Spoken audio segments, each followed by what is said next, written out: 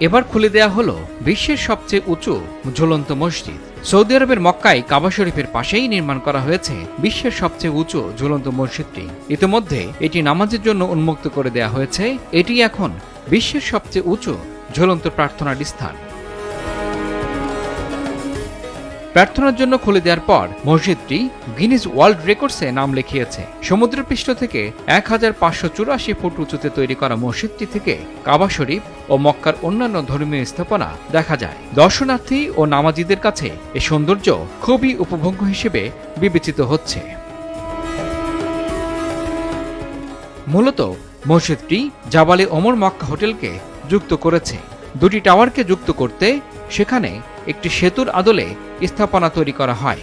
এতে 550 বর্গমিটার প্রশস্ত জায়গা আলাদা করে নামাজ ও প্রার্থনার ব্যবস্থা রেখেছে হোটেল কর্তৃপক্ষ।